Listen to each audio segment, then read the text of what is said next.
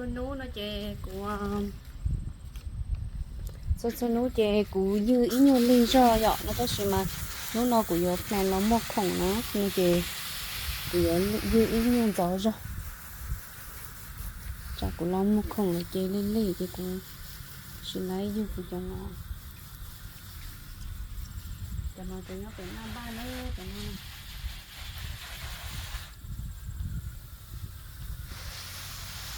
đi cho nó cho mò lên này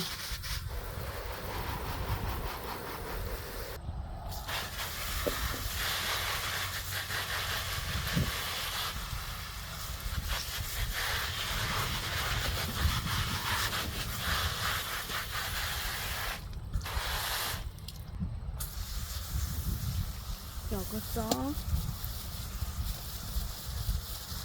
người khó lo nhớ lúc trẻ nó sẽ chè trẻ thì tao mới sợ thơ té ô ống lông na chè xong nó cũng sẽ lý cho họ cho các thứ luôn đây nó nhiều thì cho có gió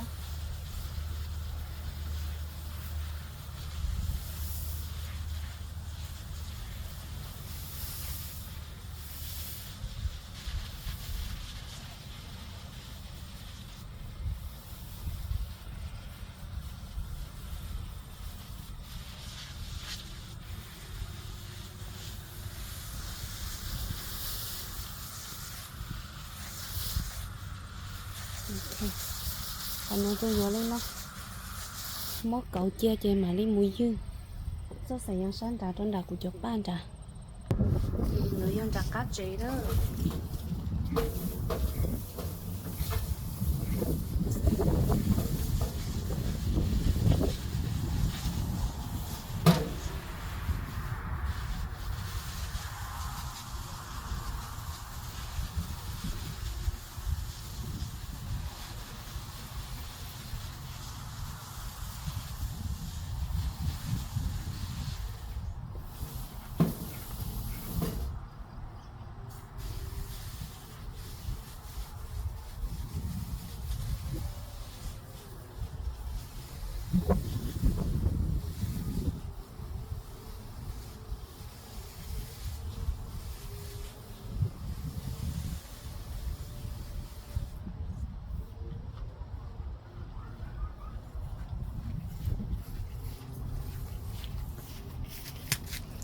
cho nên một sai của chụp ba giống con trận nữa ok cái sai nó của chụp ba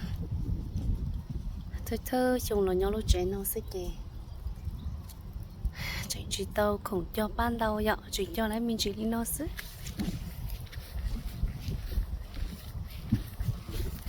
chỉ tao ấy ba ấy chế tao đi lúc xe nhẹ nó nè xuống câu cơ cũng nhiều xí phèn chế cũng cho xí phèn sức xuống mới cho ba mẹ ai nó cũng có cho thằng năm mò cho nó nè cũng có cho thằng năm mò ok như vậy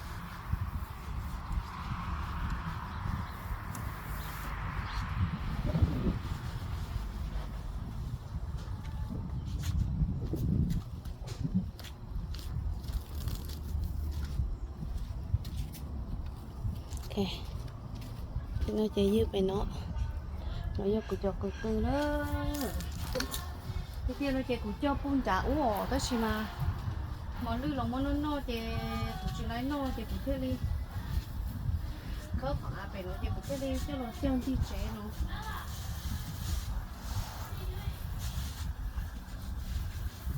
tôi sẽ bỏ cho nó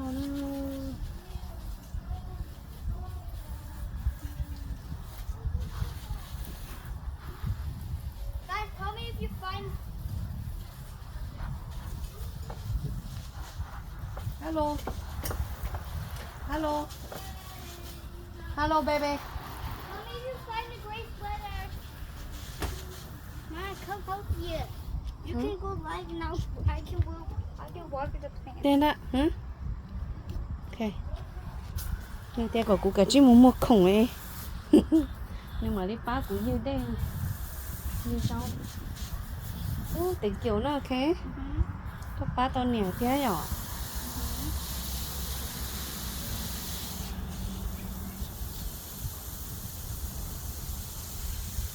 Kể cho có ba của dư đê nữa.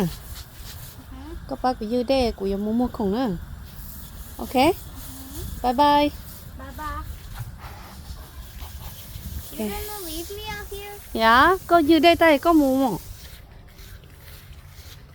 Yeah.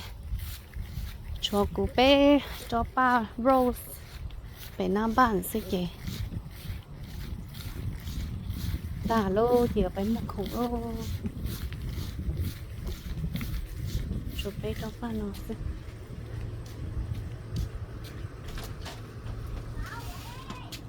Chụp bé cho ba nó. You go home now? Yeah. Bye bye, okay? Phải chế đâu. I guess you didn't stop. You started recording. Yeah.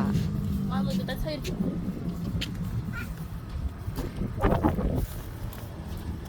Like, I don't know.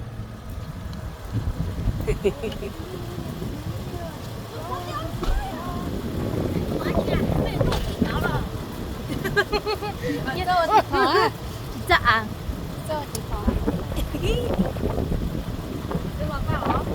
So, dạ. Không có gì rất xài được mấy xíu ạ.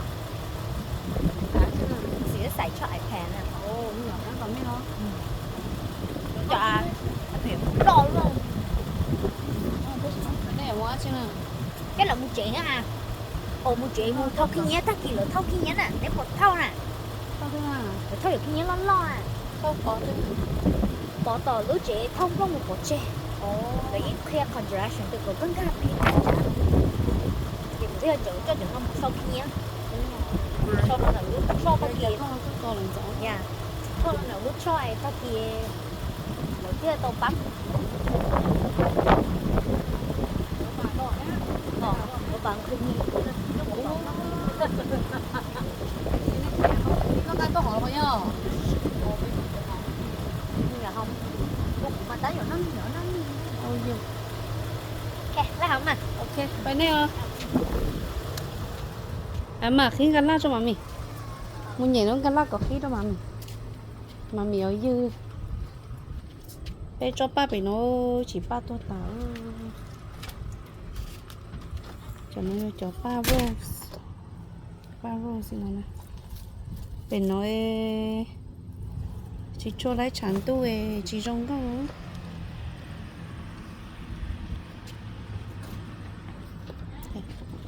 tao chỉ cũng sai đi luôn cả mà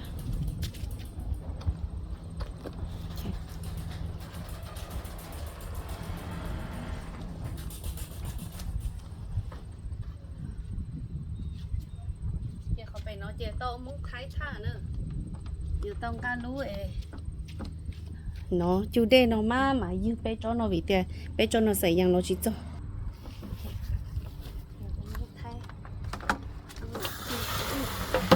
chú nó cả thẳng lên nó rút rút nhưng mà chú lên nó rút rút tiếp tay như thế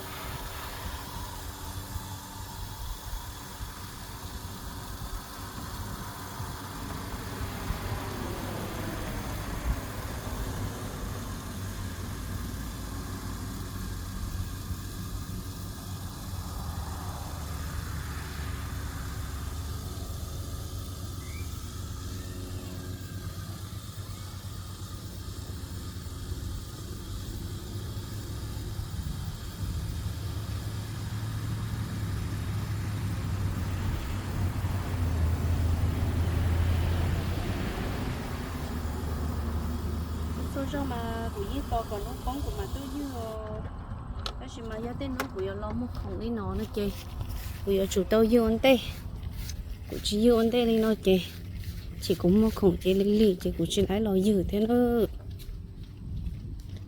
thế ta cho nó đợt nó thì đây cha liếu cho ba nó